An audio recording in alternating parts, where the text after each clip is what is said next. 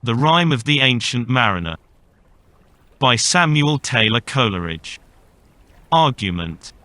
How a ship having passed the line was driven by storms to the cold country towards the South Pole, and how from thence she made her course to the tropical latitude of the great Pacific Ocean, and of the strange things that befell, and in what manner the ancient mariner came back to his own country. Part 1. It is an ancient mariner, and he stoppeth one of three. By thy long grey beard and glittering eye, now wherefore stopp'st thou me? The bridegroom's doors are opened wide, and I am next of kin. The guests are met, the feast is set, mays it hear the merry din. He holds him with his skinny hand, there was a ship, quoth he. Hold off. Unhand me, grey-beard loon. Eftsoons his hand dropped he. He holds him with his glittering eye, the wedding guest stood still, and listens like a 3 years child, the mariner hath his will. The wedding guest sat on a stone, he cannot choose but hear, and thus spake on that ancient man, the bright-eyed mariner. The ship was cheered, the harbour cleared, merrily did we drop below the kirk, below the hill, below the lighthouse top. The sun came up upon the left, out of the sea came he.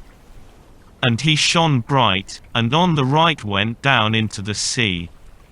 Higher and higher every day, till over the mast at noon, the wedding guest here beat his breast, for he heard the loud bassoon.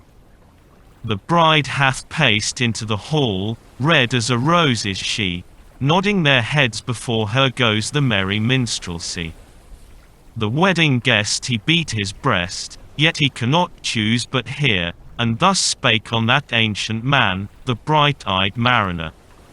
And now the storm blast came, and he was tyrannous and strong. He struck with his o'ertaking wings, and chased us south along. With sloping masts and dipping prow, as who pursued with yell and blow still treads the shadow of his foe, and forward bends his head, the ship drove fast, loud roared the blast, and southward aye we fled. And now there came both mist and snow, and it grew wondrous cold, and ice, mast high, came floating by, as green as emerald. And through the drifts the snowy cliffs did send a dismal sheen, nor shapes of men nor beasts we ken, the ice was all between. The ice was here, the ice was there, the ice was all around, it cracked and growled, and roared and howled, like noises in a swound. At length did cross an albatross, thorough the fog it came, as if it had been a Christian soul, we hailed it in God's name. It ate the food it ne'er had eat, and round it flew. The ice did split with a thunder fit, the helmsman steered us through. And a good south wind sprung up behind, the albatross did follow, and every day, for food or play, came to the mariner's hollow.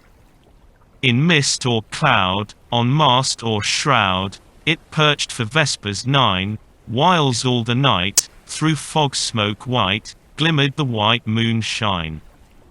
God save thee, ancient mariner, from the fiends, that plague thee thus. Why look'st thou so, with my crossbow? I shot the albatross. Part 2. The sun now rose upon the right, out of the sea came he, still hid in mist, and on the left went down into the sea. And the good south wind still blew behind, but no sweet bird did follow, nor any day for food or play came to the mariner's hollow. And I had done a hellish thing, and it would work woe, for all averred, I had killed the bird that made the breeze to blow. Ah wretch, said they, the bird to slay, that made the breeze to blow.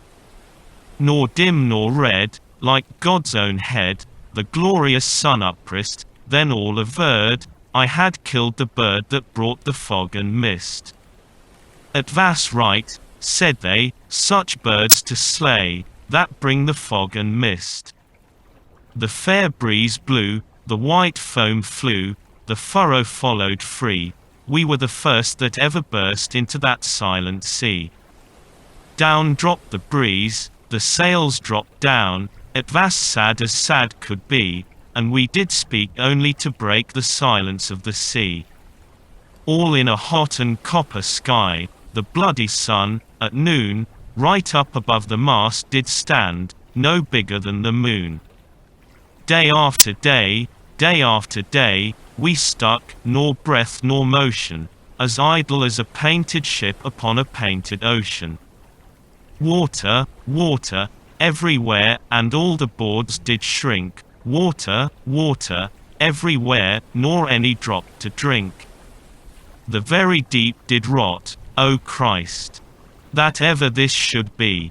Yea, slimy things did crawl with legs upon the slimy sea.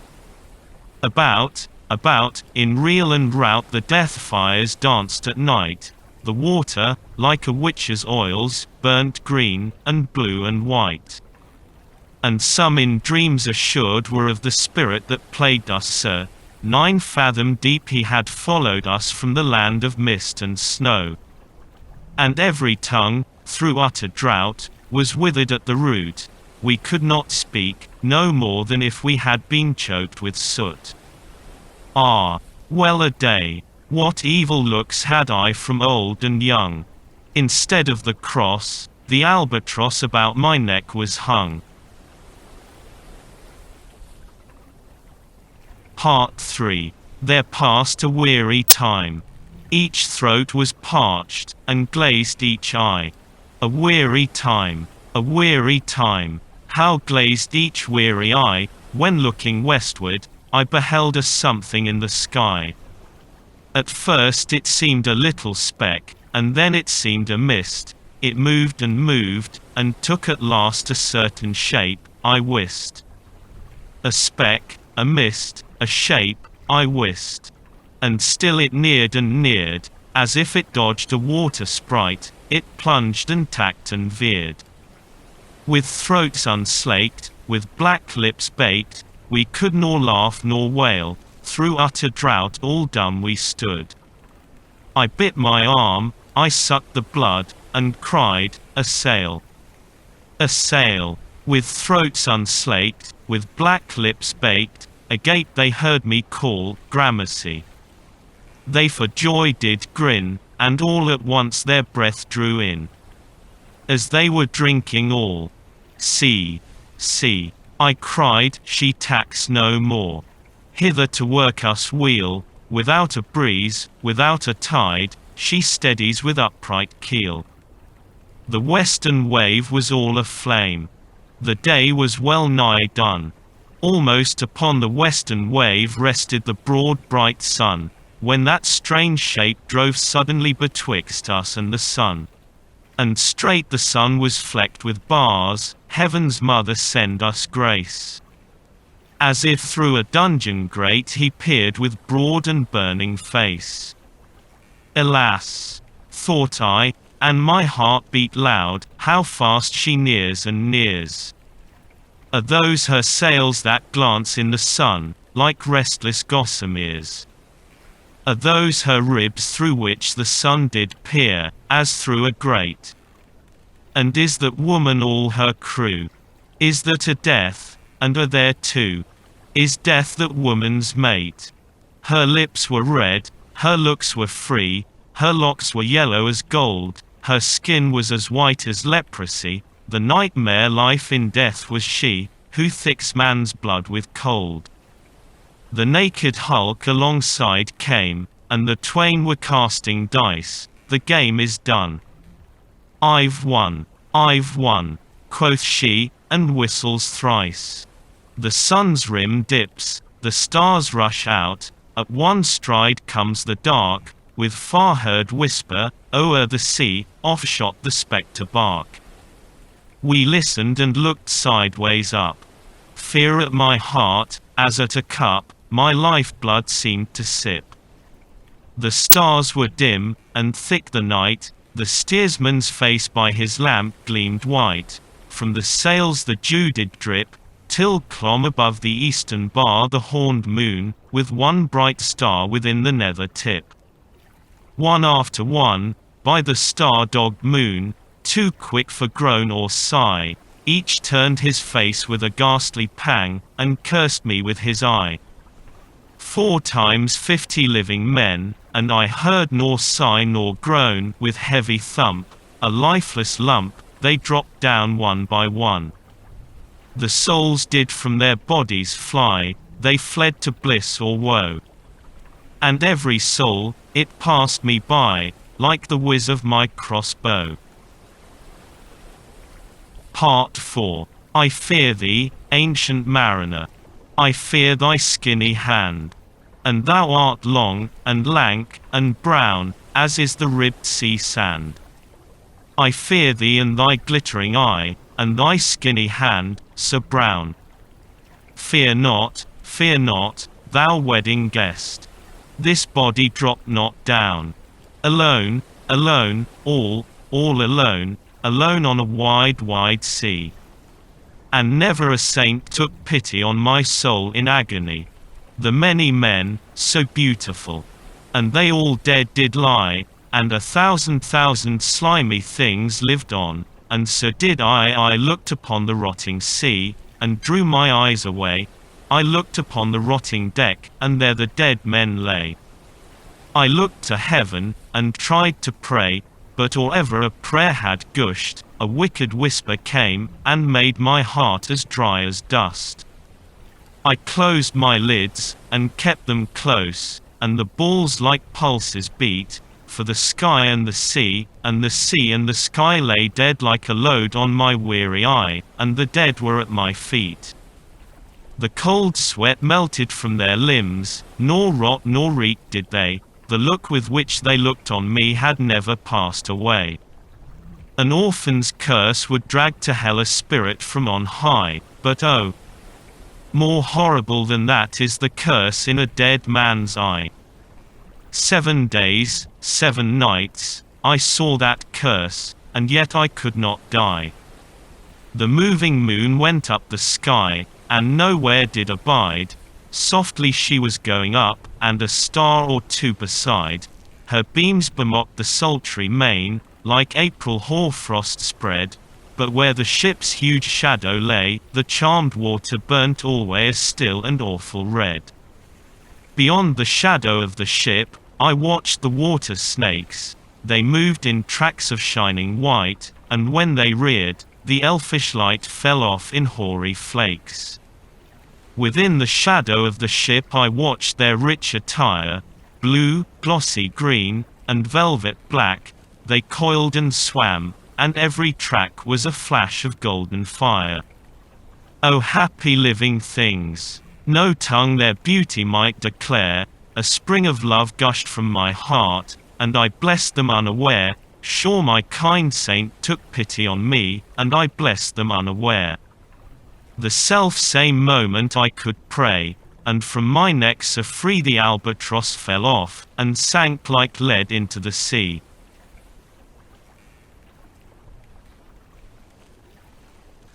Part 5. O sleep! It is a gentle thing, beloved from pole to pole. To Mary Queen the praise be given. She sent the gentle sleep from heaven, that slid into my soul. The silly buckets on the deck, that had so long remained, I dreamt that they were filled with dew, and when I awoke, it rained. My lips were wet, my throat was cold, my garments all were dank. Sure I had drunken in my dreams, and still my body drank. I moved, and could not feel my limbs. I was so light, almost I thought that I had died in sleep, and was a blessed ghost. And soon I heard a roaring wind. It did not come anear, but with its sound it shook the sails, that were so thin and sere. The upper air burst into life, and 100 fire flags sheen, to and fro they were hurried about. And to and fro, and in and out, the wan stars danced between. And the coming wind did roar more loud, and the sails did sigh like sedge, and the rain poured down from one black cloud. The moon was at its edge. The thick black cloud was cleft, and still the moon was at its side. Like waters shot from some high crag, the lightning fell with never a jag, a river steep and wide. The loud wind never reached the ship, yet now the ship moved on. Beneath the lightning and the moon the dead men gave a groan. They groaned, they stirred, they all uprose, nor spake, nor moved their eyes. It had been strange, even in a dream, to have seen those dead men rise. The helmsman steered, the ship moved on, yet never a breeze up blew. The mariners all 'gan work the ropes, where they were wont to do. They raised their limbs like lifeless tools. We were a ghastly crew. The body of my brother's son stood by me, knee to knee. The body and I pulled at one rope, but he said naught to me. I fear thee, ancient mariner. Be calm, thou wedding guest. Advance not those souls that fled in pain, which to their causes came again, but a troop of spirits blessed, for when it dawned, they dropped their arms, and clustered round the mast. Sweet sounds rose slowly through their mouths, and from their bodies passed. Around, around, flew each sweet sound, then darted to the sun. Slowly the sounds came back again, now mixed, now one by one. Sometimes a dropping from the sky I heard the skylark sing, sometimes all little birds that are, how they seemed to fill the sea and air with their sweet jargoning. And now it vast like all instruments, now like a lonely flute, and now it is an angel's song, that makes the heavens be mute. It ceased, yet still the sails made on a pleasant noise till noon, a noise like of a hidden brook in the leafy month of June, that to the sleeping woods all night singeth a quiet tune. Till noon we quietly sailed on, yet never a breeze did breathe. Slowly and smoothly went the ship, moved onward from beneath. Under the keel 9 fathom deep, from the land of mist and snow, the spirit slid, and it was he that made the ship to go. The sails at noon left off their tune, and the ship stood still also. The sun, right up above the mast, had fixed her to the ocean, but in a minute she 'gan stir, with a short uneasy motion, backwards and forwards half her length with a short uneasy motion. Then like a pouring horse let go, she made a sudden bound, it flung the blood into my head, and I fell down in a swound. How long in that same fit I lay, I have not to declare, but ere my living life returned, I heard and in my soul discerned 2 voices in the air. Is it he, quoth one, is this the man? By him who died on cross, with his cruel bow he laid full low the harmless albatross. The spirit who biddeth by himself in the land of mist and snow, he loved the bird that loved the man who shot him with his bow. The other was a softer voice, as soft as honey dew. Quoth he, the man hath penance done, and penance more will do. Part 6. First voice. But tell me, speak again, thy soft response renewing, what makes that ship drive on so fast? What is the ocean doing? Second voice. Still as a slave before his lord, the ocean hath no blast, his great bright eye most silently up to the moon is cast, if he may know which way to go, for she guides him smooth or grim. See, brother, see, how graciously she looketh down on him. First voice. But why drives on that ship so fast, without or wave or wind? Second voice. The air is cut away before, and closes from behind. Fly, brother, fly. More high, or we shall be belated, for slow and slow that ship will go, when the mariner's trance is abated. I woke, and we were sailing on as in a gentle weather, at vast night, calm night, the moon was high, the dead men stood together. All stood together on the deck, for a charnel dungeon fitter, all fixed on me their stony eyes, that in the moon did glitter. The pang, the curse, with which they died, had never passed away, I could not draw my eyes from theirs, nor turn them up to pray. And now this spell was snapped, once more I viewed the ocean green, and looked far forth, yet little saw of what had else been seen, like one, that on a lonesome road doth walk in fear and dread, and having once turned round walks on, and turns no more his head, because he knows, a frightful fiend doth close behind him tread. But soon there breathed a wind on me, nor sound nor motion made, its path was not upon the sea, in ripple or in shade. It raised my hair, it fanned my cheek like a meadow gale of spring, it mingled strangely with my fears, yet it felt like a welcoming. Swiftly, swiftly flew the ship, yet she sailed softly too, sweetly, sweetly blew the breeze, on me alone it blew. Oh, dream of joy! Is this indeed the lighthouse top I see? Is this the hill? Is this the kirk? Is this mine own country? We drifted o'er the harbour bar, and I with sobs did pray, oh let me be awake, my God. Or let me sleep alway. The harbour bay was clear as glass, so smoothly it was strewn. And on the bay the moonlight lay, and the shadow of the moon. The rock shone bright, the kirk no less, that stands above the rock, the moonlight steeped in silentness the steady weathercock. And the bay was white with silent light, till rising from the same, full many shapes, that shadows were, in crimson colours came. A little distance from the prow those crimson shadows were, I turned my eyes upon the deck, oh, Christ! What saw I there? Each corse lay flat, lifeless and flat, and, by the holy rood, a man all light, a seraph man, on every corse there stood. This seraph band, each waved his hand, it was a heavenly sight. They stood as signals to the land, each one a lovely light, this seraph band, each waved his hand, no voice did they impart, no voice, but oh! The silence sank like music on my heart. But soon I heard the dash of oars, I heard the pilot's cheer, my head was turned perforce away and I saw a boat appear. The pilot and the pilot's boy, I heard them coming fast, dear Lord in heaven. It was a joy the dead men could not blast. I saw a third, I heard his voice, it is the hermit good.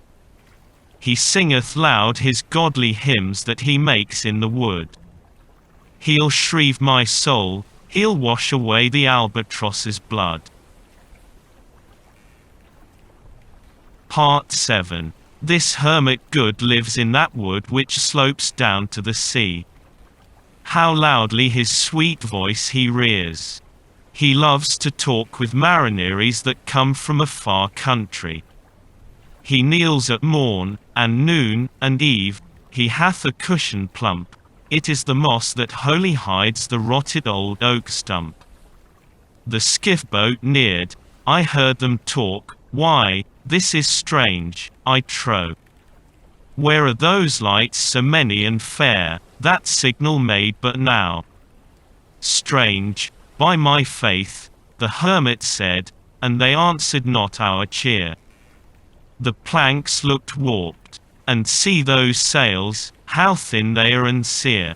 I never saw aught like to them, unless perchance it were brown skeletons of leaves that lag my forest brook along, when the ivy tod is heavy with snow, and the owlet whoops to the wolf below, that eats the she-wolf's young. Dear Lord! It hath a fiendish look. The pilot made reply, I am afeard, push on, push on. Said the hermit cheerily. The boat came closer to the ship, but I nor spake nor stirred. The boat came close beneath the ship, and straight a sound was heard. Under the water it rumbled on, still louder and more dread. It reached the ship, it split the bay. The ship went down like lead. Stunned by that loud and dreadful sound, which sky and ocean smote, like one that hath been 7 days drowned, my body lay afloat, but swift as dreams, myself I found within the pilot's boat. Upon the whirl, where sank the ship, the boat spun round and round, and all was still, save that the hill was telling of the sound. I moved my lips, the pilot shrieked and fell down in a fit. The holy hermit raised his eyes, and prayed where he did sit. I took the oars, the pilot's boy, who now doth crazy go, laughed loud and long, and all the while his eyes went to and fro. Ha, ha, quoth he, full plain I see, the devil knows how to row. And now, all in my own country, I stood on the firm land. The hermit stepped forth from the boat, and scarcely he could stand. O shrieve me, holy man. The hermit crossed his brow. Say quick, quoth he, I bid thee say, what manner of man art thou? Forthwith this frame of mine was wrenched with a woeful agony, which forced me to begin my tale, and then it left me free.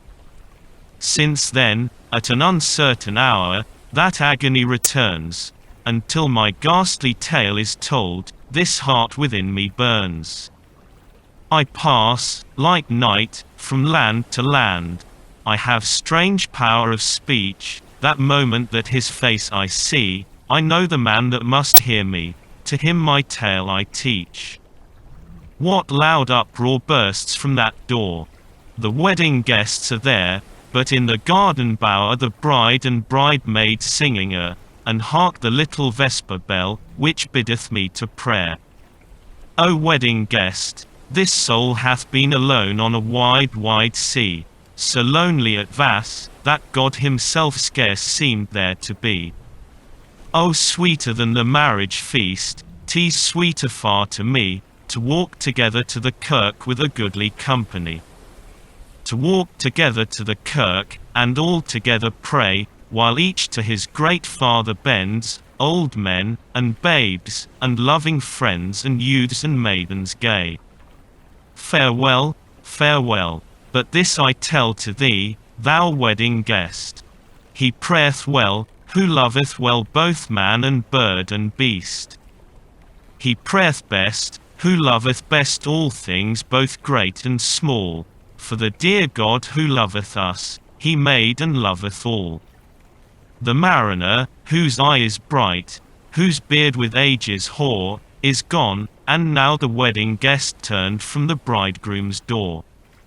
He went like one that hath been stunned, and is of sense forlorn, a sadder and a wiser man, he rose the morrow morn.